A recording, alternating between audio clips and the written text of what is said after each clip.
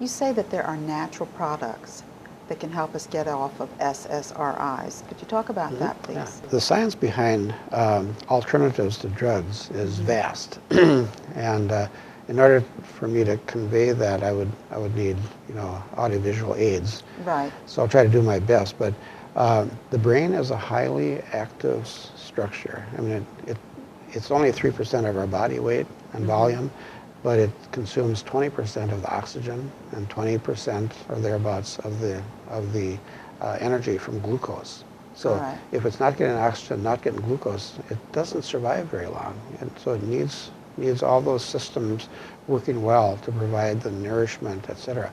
But it's also a heavy consumer of vitamins and minerals and amino acids.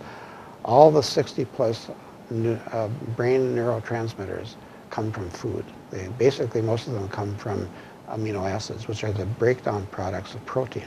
Okay. In the protein we eat, there's 20-some, probably 22 different amino acids in the protein chain. They're building blocks. And when we eat protein, we chew it up, goes into our stomach.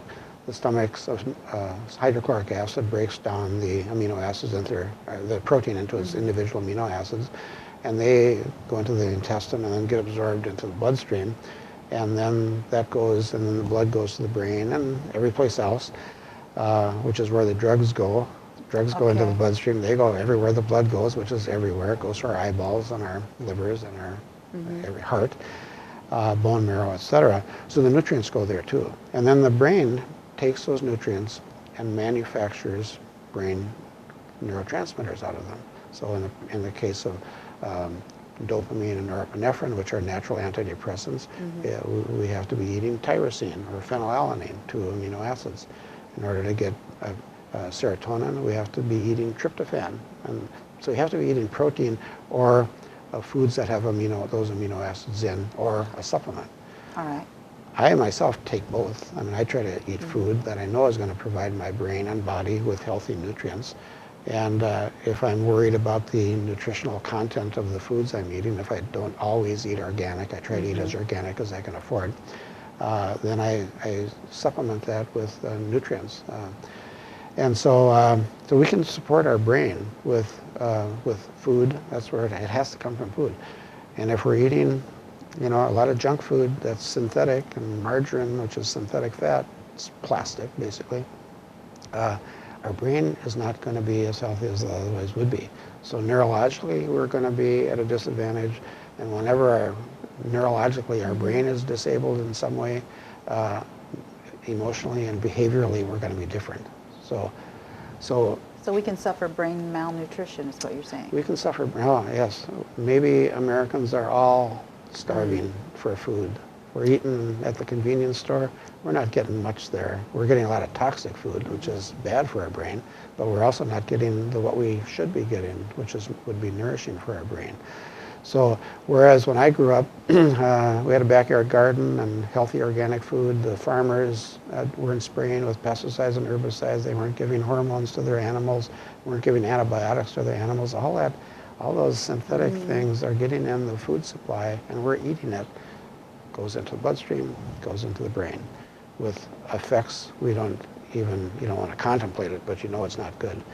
So when we are growing up now, when I grew up, there was no such thing as non-organic food. There probably was some, but we never ate it. So my brain and your brain, hopefully, were brought up on healthy foods.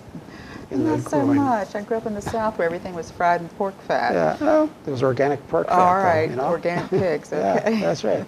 But now almost everything is not organic. It's synthetic. It's got dyes in it. It's got processed food. It's got MSG. It's got NutraSweet, Splenda. All those are synthetic chemicals that are not good. They're toxic.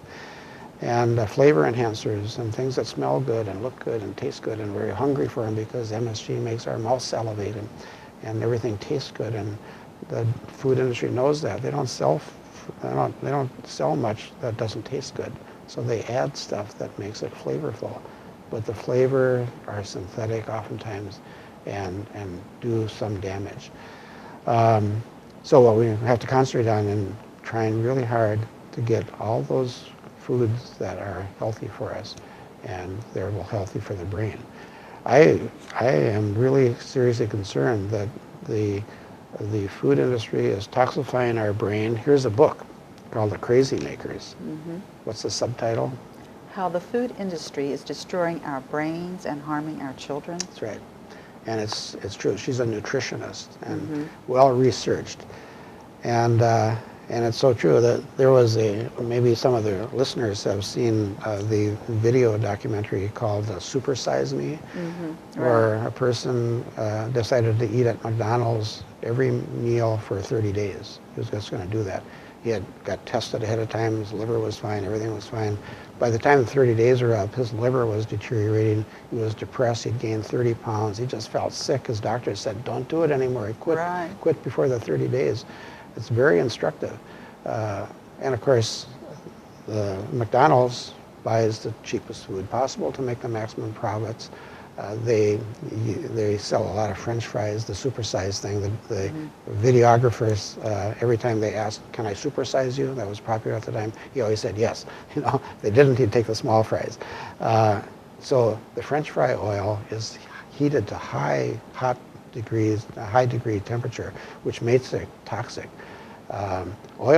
Vegetable oils are healthy, but when you heat it up or process it, sterilize it by heat, now you're making it not food value.